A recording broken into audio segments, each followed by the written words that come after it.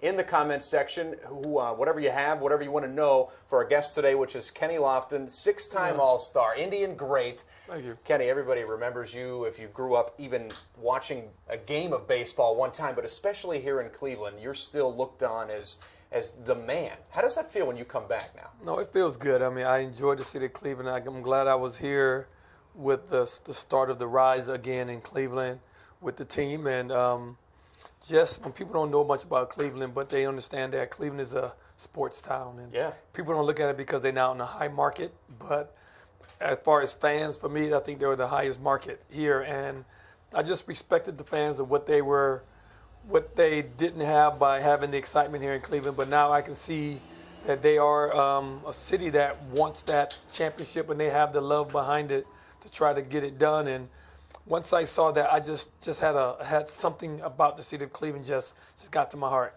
You mentioned the fans. You had over 455, sellouts straight. What was that like playing for a packed house like that, night in and night out? It was awesome. We had 455 straight sellouts. But again, this is the thing about the fans here, and like the Browns. The Browns didn't win, but they had sellouts. People went to the stadium all the time. That's what Cleveland is all about. It's about the fans wanting to be a part of it, and you can just see that it's just amazing to see once the Indians started, showing some type of winning attitude or winning, thing that was going on here. The fans were out in groves. When you look back at that time, mid-'90s, most people say you're the best team to not win a World Series. Do you look back with regret, or do you look back fondly on that team? Again, I look back fondly. Regrets because we did what we were supposed to do as a team. We played the game the right way when we were on the field. We might have been a little cocky and a little fancy, but again, we played it the right way on the field, and the other teams saw it, and the other teams feared it, especially when they came into the Jake, and that was something that we love to have people fear us. And what they call that 10th man. We had that 10th man with the fans, and the other teams knew about it, and it was just fun to be a part of. You had a lot of camaraderie with everybody that you were playing with. Take me back to the day you found out you got traded, though. What did that feel like? Well, for me, I got traded from the Houston Astros, and they were in last place. And I came to the Indians, and they were in last place. So I felt like, I'm one man's trash going to be another man's treasure, and that's kind of how I looked at it. I said, okay, you want to trade me, but you guys are going to regret it later. And actually, I proved that point to where how I ended my career. I feel like I had a pretty good career. So if the Houston didn't want it, hey, Cleveland, here I come. Let's go. What was it like when the Indians traded you? Did that hurt?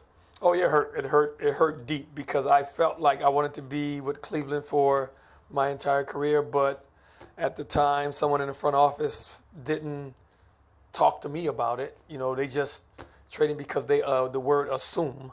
But you know what the word assume means. Yeah. So, and I just felt like, wow. If someone would have personally came to me, we'd have had a great discussion, and I would have still been in Cleveland at that point. But it wasn't told. It was something that was done behind my back, and they just did it. And I ended up talking again to come back, to Cleveland. I talked to the right person, and I ended up coming back. Obviously, Cleveland holds a special place in your heart. What's your favorite memory here? I always tell people my favorite memory is always going to be at the time. I knew what this city was yearning for, at the time. And for me to be able to take that banner, and the players wanted me to be the one to pull that banner up to the top. And I just felt very touched by, they wanted me to do it at that time in '95. And it always would touch my heart to know that even the players wanted me to be the one to put that banner up to the top. You played in a lot of big games, World Series. A lot of people don't know, though, you played in a Final Four, right, with the University of Arizona. Yeah. Give me the difference between the two. The difference between the two, again, you have, at the time, the top of the top was the Final Four. So you at the top of the top, and then Baseball World Series is the top of the top. So you just pretty much, you feel like the same. It's different, but it's the same. You have a college, city who wants to go crazy about it at the time. But when you come to the World Series, it's kind of a lot of times the whole state, So and that's what the difference is. And it's just it's a whole different vibe. You have your Final Four, you got 2 games, World Series, you could have possibly a 7-game series. So it's pretty cool because both cities have an opportunity to enjoy in the moment. In the World Series, you have a separate city who's enjoying in it and not the 2 cities that you actually have the team in. That's what the difference is. Want to jump online and see what sort of questions may be coming in. So here's a question for you. You played, I mean, how many teams? Do you even know how many teams? You played for a lot of teams. 11. 11. What do you remember from that time that you watch the game now and go, that's different? How much has the game changed from when you played to what you're seeing now? I mean, I keep talking about it. I don't want to, make it look like a sore thumb about the situation. But again, I don't see the speed, the leadoff. I don't see the small ball in the game anymore. It's not like you're having fun with it. You got to make the defense work. You make a lot of things happen.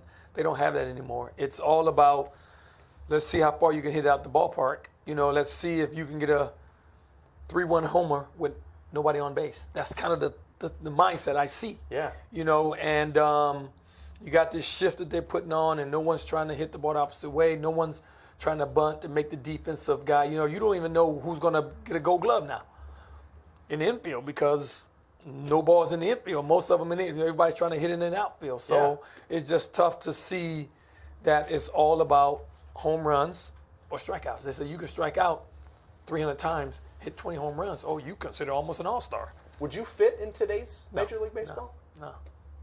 I wouldn't fit. I mean, if I did fit, they'll be pissed off because you got that shift on.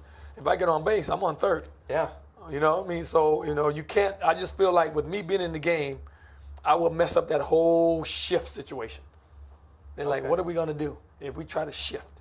So I would like somebody like myself, you lead me off, and you put Tomei second. You know what I mean? So, okay, you put me second. So, no, what are you going to do? You're going to put everybody on the right side of the field? Now, all of a sudden, the next pitch, I'm on third base, or Jimmy needs to do hit a sacrifice fly. Yeah. So that will mess up their whole game plan. But guys, right now, you don't see guys saying, I'm going to get on base, I'm going to steal. And once you steal, because guys not getting on base because they're trying to hit a home run. But if you try to steal second, all of a sudden, you're going to put the shift on now? I'm at second, Tomei is at the plate. Or you're going to shift. Take your pick. Yeah. Take your pick. You're going to have me stay at second, or you're going to have me at third. They can't do that, but they're not. That's not happening right now. Do you think that lack of strategy is hurting the game? I mean, you look at soccer's coming on. Everybody's watching the Women's World Cup. Baseball seems to be declining a little bit. Do you think it's because there's less of that strategy and the stolen bases and the speed? There's no Kenny Loftons right now. Well, it's twofold. Some people like speed, but people still like the home run. That's like, in the 95, 96, chicks dig the long ball. So they kind of going back to that, dig the long ball. So now everyone digs the long ball. The front office, the scouts, the agents, especially the agents. They're going to love the long ball because that's going to be an extra percentage in their pocket. So, but I just think the home run is taking over the fun of it because hitting triples or hitting guys, strategy, seeing what the infielder's going to do, how they're trying to move because the guy's on base and the pitcher's worried about the guy at first base. They don't really have as much anymore. Yeah. Do you think that pressure to hit the long ball is what led to the kind of steroid breakout that we saw? Well, it wasn't hit. Well, yes and no. It hits the long ball, but it puts more money. So just say you're myself or you're, just say Jim Tomei, myself and Jim. Who would you pay more money for, myself or Jimmy? And everybody feels you hit more home runs, you get paid more. They said, well, Kenny, he just gets on base, he just bunts, he just makes everything happen, but we ain't got to pay him. Yeah. Because he don't have the home run payment money. So let's not worry about him. Let's just worry about the big dollar guys because that's what this game is about. A guy like me will get 4 times less than Jimmy because I don't hit home runs. Even though I put my, whatever they call it, my WAR numbers or whatever it's supposed to be, it's at that high level.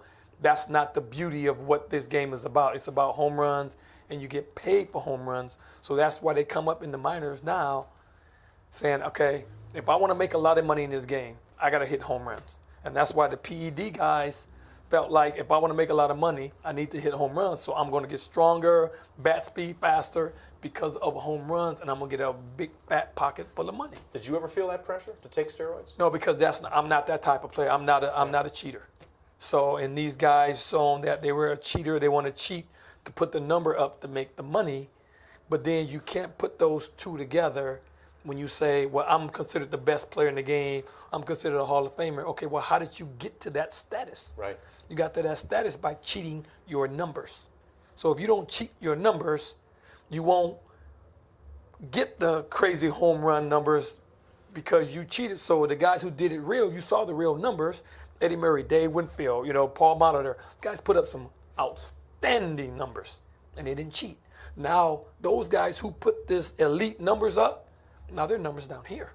And the guys cheated, they're up here. Up there. So you're making Eddie Murray's numbers look like, this Eddie Murray guy, Because I'm like, well, look at this guy. So, but he did it by himself. Yeah, and he put crazy numbers up. Right. So if you got crazy numbers up and then somebody's numbers go super crazy higher than his because you use PED, but now you're going to say, oh, yeah, this is the best player. That's not how it works. Do you think it was really prevalent? Was it open at all? Did No, you ever see anyone? It wasn't open, but you as a player, because you play the game, you know how hard it is to play in this game. So you know how hard it is to play in this game, and you see a guy go from 15 home runs to 50 home runs. You're like, wait a minute. For your last 4 or 5 years, you Just only a hit flip of a switch. Flip of a switch. You go and hit 30 home runs more. You're like, okay, scratching your head, and then you look at the bodies. Oh, come on. I mean, I work out and guys work out, and you see their bodies, but all of a sudden your body go from this small to this. You're like, wait a minute, that don't add up. Right. And the only way you add up, you go to the Go's gym. You're like, oh, okay. What are you guys doing? Yeah, man, when you go to Go, you say, okay, he looks just like a guy at Go's gym. So and then you kind of put in your head, okay, now I get it. Talk about numbers. Your on-base percentage was through the roof. Were you disappointed the Hall of Fame didn't really give you the look that I think a lot of people in Cleveland thought that you deserved? Again, the look, I think, again, if I would have came out with me being on the ballot a year before, the guys were in the potential PED situation, it would have been different. But since I was, each writer has so many votes, and they had to keep those potential yes or no guys, PED stuff on the ballot, they had to go for all 6 or 7 of those guys if they had 10 spots. Yeah. So now you got 3 spots left. And they was going to go for guys who were close to being in the Hall. They're like, just say you at 68, 69%, and you're trying to get there. So now those guys the writers have 3 picks left to try to help those guys get over the top. Yeah. On top of the potential steroid guys. So that's where it came into a situation where the potential steroid guys took up a lot of spots, plus the guys who were, close to getting there. Kind of left over from the previous year. And then the other guys, we got left out. Yeah. So we got left out. So you're like, well, we can't do nothing, or you just blank out of luck, and that's what happened to me. Let's talk All-Star game. You come Okay. back to Cleveland. Everybody talks about this city and the rebirth and the resurgence of it. What do you see when you come back to Cleveland? Is there anything that jumps out at you that you go, wow, this wasn't here when I was here. This is great. I think just the improvement they put to the ballpark. It's great. I see the different renovation that they did. It's pretty cool. I wish we'd have had a certain things there. The experience of being at the ballpark is pretty cool, and I think that's what I saw that's different now. When you came back as an All-Star in '97. Yes. How weird was that? Because it was almost like coming home, but you're not a part of the family. Yeah, no, it was tough. I wanted to be on that '97 All-Star team as an Indian, but again, it didn't work out that way. But again, when I came back, I just appreciate and love how the fans gave me that support and love when I came back, and it was heartwarming. It was touching. I want to jump back here online and see what some of questions are coming in here. All-time base stealer. Does anything that you do match that adrenaline rush? Anything you do now match that adrenaline of you out there looking at the pitcher and the catcher and going, I'm taking this base, and you get it? What do you do now that gets your adrenaline pumping like that? Probably on the golf course, a long par 3, like Okay. between 190 and 210, and I stick it on the green 4 or 5 feet. That give me that rush, like, yeah, I did something. I took that pitcher down. I put him close, now I got to make the putt. But, yeah, But if I got to make the putt to really make it, get that extra oomph to it. But yeah, that's kind of the only thing at this point. How about movies? You mentioned you have a production company Well, now. that's a whole, think about the movie, that's a whole different beast. Yeah. You can do what you're supposed to do. They'll tell you, go out and get the script, go out and put the, as a producer, you put everything together, you bring them the package, and then they'll say, oh, we're going a different direction. So it's like, they say, hey, Kenny, if you go and hit 300 in the minor leagues the next 2 years, you get to the big leagues. Boom, Kenny go and hit 300 the next 2 years in the minor leagues. Oh, we're going to get this other guy. That's what it feels like. So, and you don't have no control over that. They'll tell you to bring you the package and do this. Then all of a sudden you bring it to them, but they go a different direction. So that's the disappointment of doing it that way.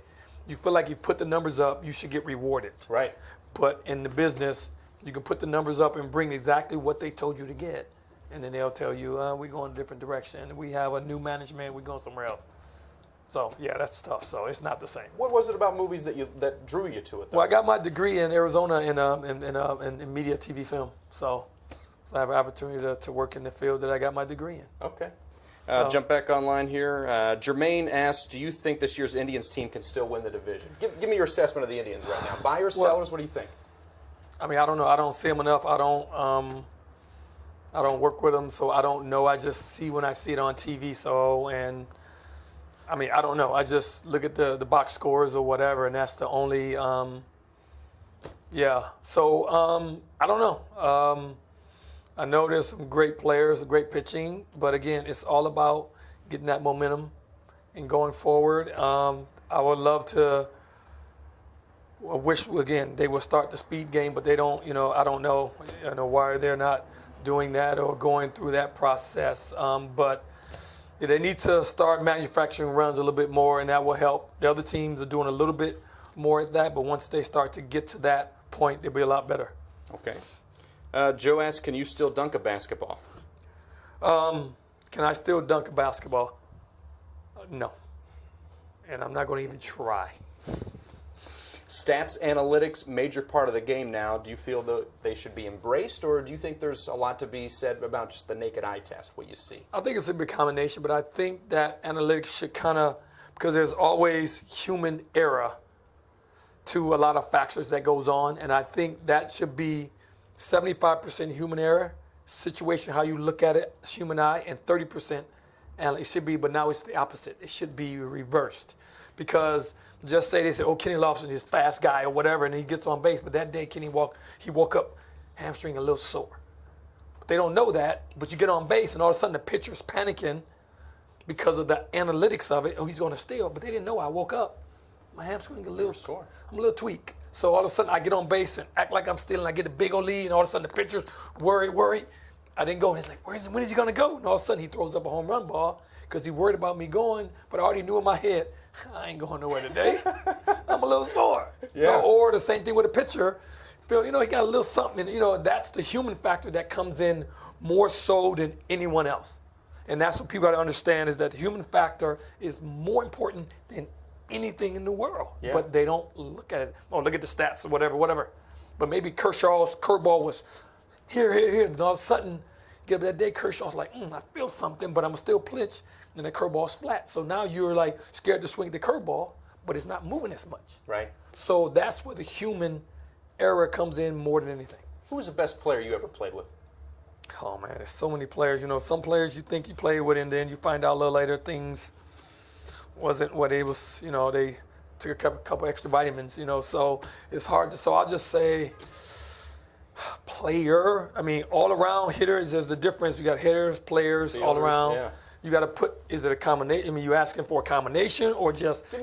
All-around combination, best overall baseball player. They could field, catch, hit. Without the vitamins. Wow. See, and that's the tough part about it.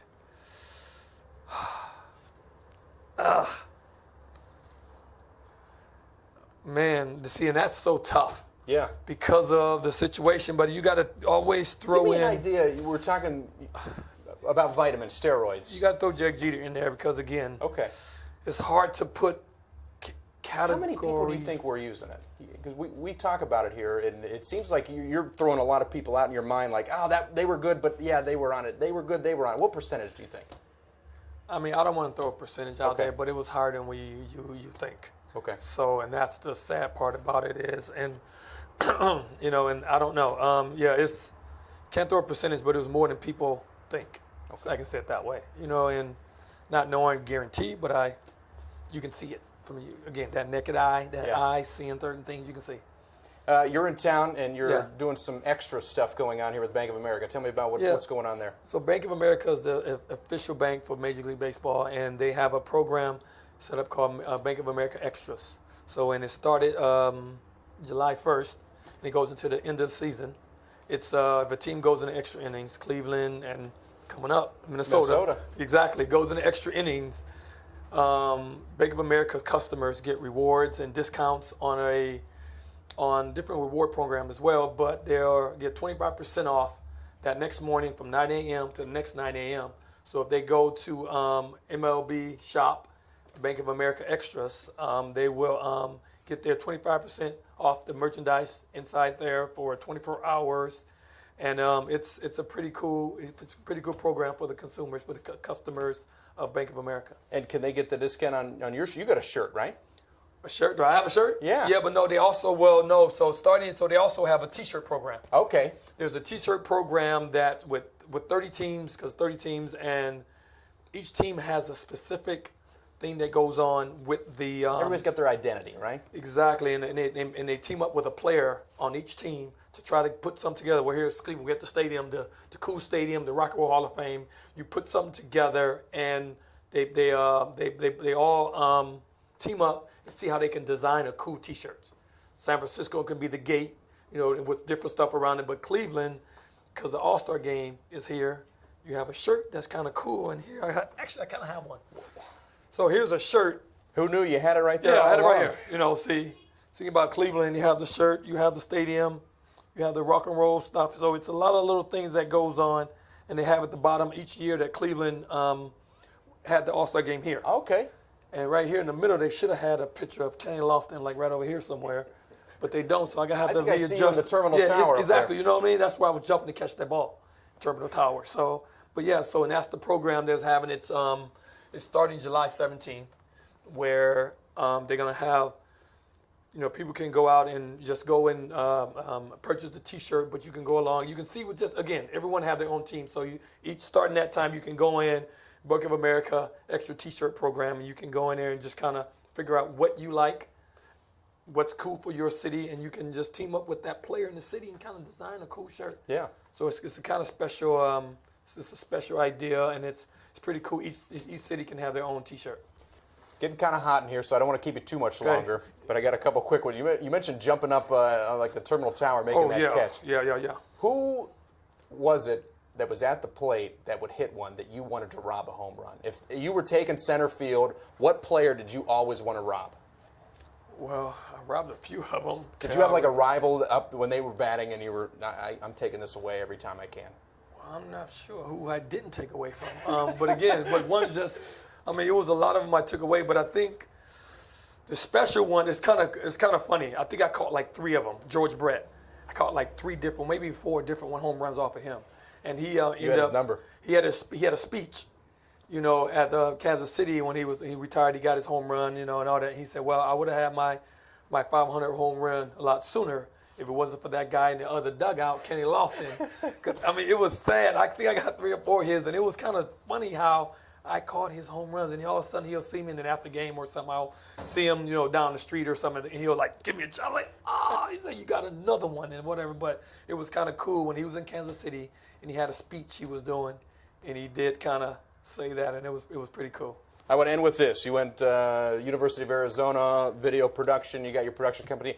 I usually rap and say thanks for participating, watching. But why don't you wrap us here? You leave this camera here. Well, wrap I got to figure out what are we wrapping up about. This is a Let's Be Clear interview with Kenny Lofton and Will Ewick. You can wrap it and tell them thanks for watching. Well, this is Kenny Lofton. You've been here watching with Let's Be Clear. Yeah. Clear on Channel 3. Channel 3. You know what? Thank you for watching. Thank you for my co-host.